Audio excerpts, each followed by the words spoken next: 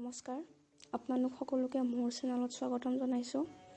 তো আজি আমি এটা বৰ্তমানত আমাৰ ট্ৰেণ্ডিং এটা চলি আছে যে আমাৰ ফটোবোৰৰ আগত আমাৰ নামবোৰ লিখা হয়, নতুবা আমাৰ ধুনীয়া এখন বেকগ্ৰাউণ্ডৰ আগত আমাৰ নামবোৰ ধুনীয়া ষ্টাইলিছ কৰি আমাৰ লিখা হয়। তো তাৰ কাৰণে কেনেকৈনো বনায় সেইবোৰ, তো তাৰ কাৰণে আজিৰ এই ভিডিঅ'টো। তো আহকচোন চাওঁ কেনেকৈ বনায়। তাৰ কাৰণে আমাক এটা এপৰ দৰকাৰ হ'ব। তাৰ কাৰণে আমি প্লে ষ্ট'ৰলৈ যাম। প্লে ষ্ট'ৰলৈ গৈ আমাক এটা এপ লাগিব। আমাক সেই এপটোৰ নাম হৈছে পিক্সেল লেব। মোৰ এপটো টাইপিং কৰা আছিল আগৰে। তো পিক্সেল লেব এইটো ইনষ্টল কৰি ল'ব। মোৰ ইনষ্টল কৰা আছিল আগৰে। তো মই বাছ এতিয়া অ'পেন কৰিলে হ'ল। তো মই অ'পেন কৰি লৈছোঁ। অ'পেন কৰাৰ পিছত আপোনাৰ এনেকুৱা এখন পেজ খোল খাব। তাৰ কাৰণে আমি প্ৰথমতে ওপৰৰ লাইনৰ যিটো 3টা ডট আছে, আমি সেই 3টা ডটত ক্লিক কৰিম। ক্লিক কৰি আমাৰ 5 নম্বৰ যিটো ইমেজ চাইজ আছে, 5 নম্বৰ অপশ্যনটো, আমি সেই ইমেজ চাইজত গৈ তাত আমি য'ত কাষ্টম আছে, কাষ্টমৰ ঠাইত আমি প্ৰফাইল পিকচাৰ ঠিক কৰিম। প্ৰফাইল পিকচাৰ কৰি আমি অ'কে কৰি দিম। আমি প্ৰফাইল পিকচাৰ কিয় কৰিলোঁ? আমাৰ ফটোবোৰ আমি সাধাৰণতে আমাৰ হোৱাটছআপ ডিপি বা আমি বেলেগ প্ৰফাইলত আমি থৈ দিওঁ। তাৰ কাৰণে আমি এইটো প্ৰফাইল পিকচাৰ আমি ছেভ কৰি ল'লোঁ। তাৰপিছত আকৌ সেই 3টা ডটত ক্লিক কৰিম আমাৰ বেকগ্ৰাউণ্ড ফটোখনৰ কাৰণে। প্ৰথম যিটো ইউজ ইমেজ ফ্ৰম গেলেৰী আছে, তাত আমি গৈ আমি এখন ফটো, নিজৰ ইচ্ছামতে এখন ফটো এখন লৈ ল'ম। মই এখন ফটো লৈ লৈছোঁ। আপোনাক যিখিনি লাগে ফটোখনৰ সেইখিনি নিজৰ ইচ্ছা অনুযায়ী লৈ ল'ব। তাৰপিছত ৰাইট ক্লিক কৰি দিম। ৰাইট চিনত ক্লিক কৰিলোঁ। তাৰপিছত আমাৰ বেকগ্ৰাউণ্ডৰ কাম চেছ, আমাৰ বেকগ্ৰাউণ্ড হৈ গ'ল। তাৰপিছত আমি পাছত নাম লিখিম। য'ত নিউ টেক্সট আছে তাত আমি দুবাৰ ক্লিক কৰিম নাম লিখিবৰ কাৰণে। দুবাৰ ক্লিক কৰাৰ পিছত আমাৰ এনেকুৱা হ'ল। তাত মই মোৰ নামটো লিখিম।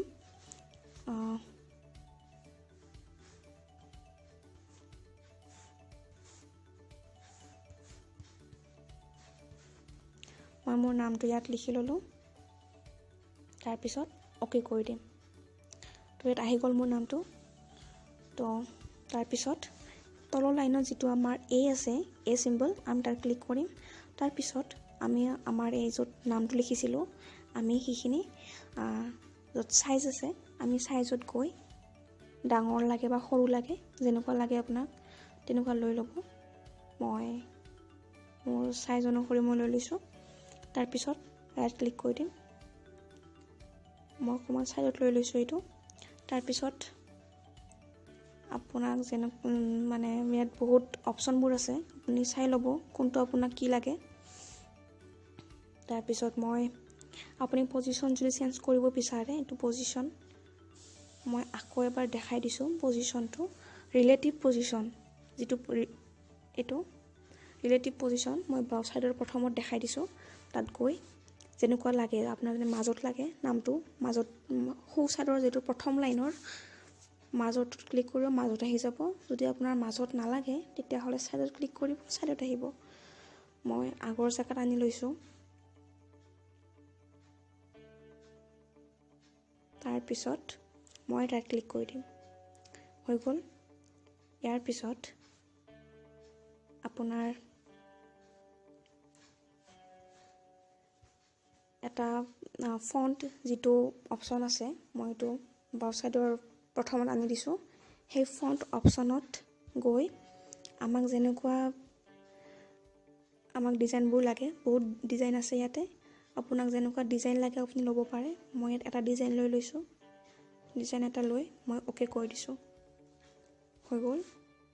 তাৰপিছত আমাৰ এতিয়া মেইন কামটো হৈছে আমাৰ নামৰ মাজত ধুনীয়া এটা ছবি দিয়া। তাৰ কাৰণে আমাক টেক্সচাৰত যাব লাগিব। তো টেক্সচাৰত গৈ মই আকৌ সেই আগৰ দৰে বাওঁ ছাইডে প্ৰথমত দি দিছোঁ অপশ্যনটো। তাত গৈ যিটো ফটোৰ চিম্বল আছে তাত যায় আপোনাক যেনেকুৱা লাগে ফটোবোৰ তেনেকুৱা লৈ ল'ব। মই জাপিৰ এখন ফটো লৈ লৈছোঁ। চিলেক্ট কৰি ল'ব যিমানমান লাগে। মই ৰাইট ক্লিক কৰি লৈছোঁ। তো দেখা পাইছে। তাৰপিছত ৰাইট ক্লিক কৰি দিছোঁ। তো দেখা পাইছে কেনেকুৱা হৈছে। ইয়াৰ পিছত বহুত অপশ্যন আছে ইয়াতে, যেনেকুৱা দিয়ে শ্বেডো আছে।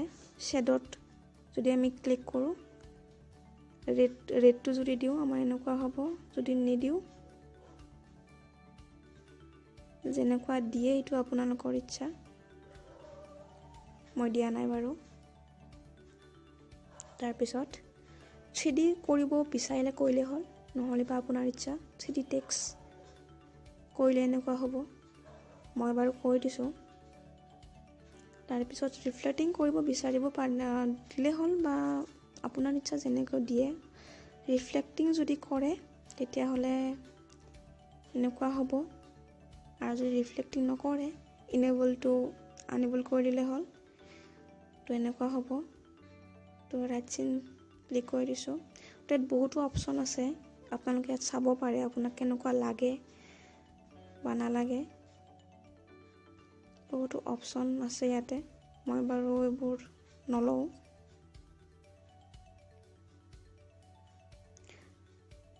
আপুনি যদি জাগাটো চেঞ্জ কৰিব বিচাৰে তেতিয়াহ'লে ৰোটেট অপশ্যন আছে ইয়াতে। এইটো ৰোটেটত যায় আপুনি আপোনাৰ য'ত বিচাৰে তাত দিব পাৰে। তো আমাৰ এইটো এনেকৈয়ে কৰে। তো এইটো আমাৰ হৈ গ'ল। তাৰপিছত আমি এইটো ছেভ কৰিম। ছেভ আপোনালোকে ইয়াতে কৰিব, য'ত ওপৰৰ লাইনত প্লাছ চিনৰ কাষত য'ত এটা আৰু চিম্বল আছে সেই তাত গৈ ছেভ এজ ইমেজ আছে। ছেভ এজ ইমেজত গৈ আপোনালোকে ছেভ কৰিব পাৰিব। মই এইখন ছেভ কৰি লৈছোঁ।